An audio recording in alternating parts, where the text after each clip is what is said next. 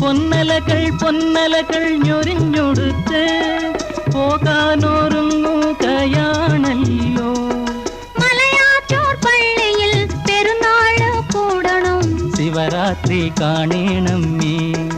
ആലുവ ശിവരാത്രി കാണണം നീ.